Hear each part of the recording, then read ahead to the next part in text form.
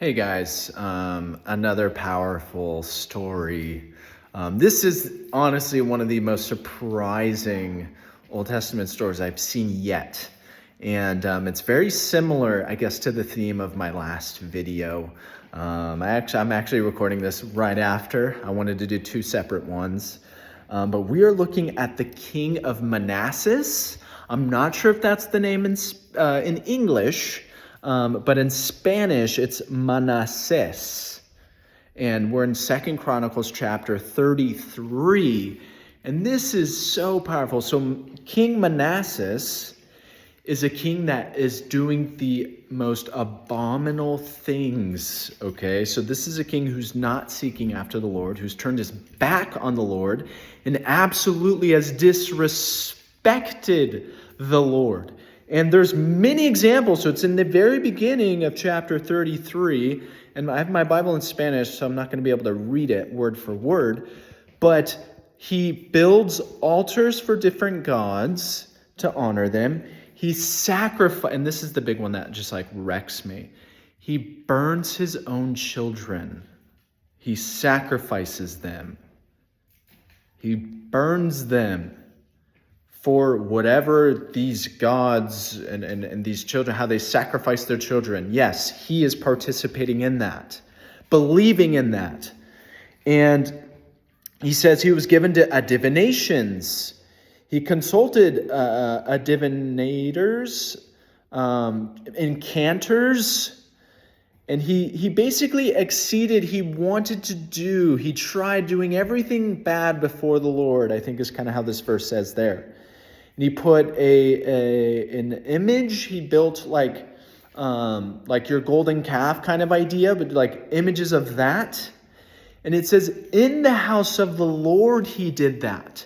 And this is great. The very house that God himself told David, spoke to David and said, and Solomon, and said, in this house and in Jerusalem, I will put my name forever. And he says, but so God himself, this is the very house that God himself kind of declared that would be his house. This king, Manasseh, is defiling that very house, the one that God had spoken about. This is very extreme. We have a guy who's burning his own children, sacrificing them. We have a guy who's going to divinations, consulting enchanters, all types of stuff. Is defiling the very house of God, putting his own altars and built up images of whatever these weird things are.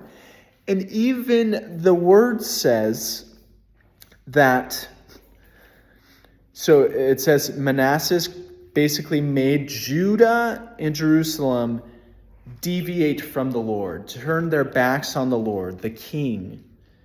And it says,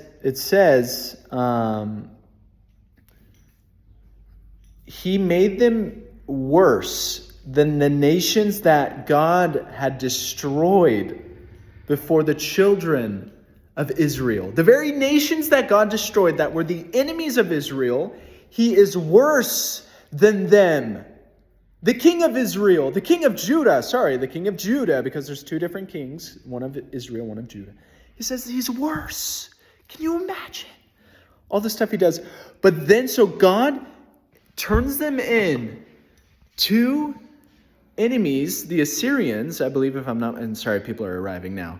He turns them in, and then he cries out, and it says he humbles himself. He humbles himself, and God hears his prayer, and this man becomes changed. It says God basically forgives him after doing all that stuff. How crazy is that? This is like the most wicked man you could ever hear of. It's one of the most wicked men I can remember from my reading so far from the Old Testament, from beginning to where I'm at now. Even in the New Testament, Saul wasn't nearly as bad as that, or anyone else that you can read of. And we see forgiveness because this man truly humbled himself, it says, and he sought after the Lord. He sought after him. So, anyways, my brother-in-law's here. Hello. And so That's one of the most encouraging testimonies, I think, in the Bible. That is the gospel right there, that God forgives you when you humble yourself and you turn to him. So yeah, I hope that encourages you. You are not too far gone. There are some wicked people in the history of humanity that have received forgiveness and mercy and salvation. So God bless.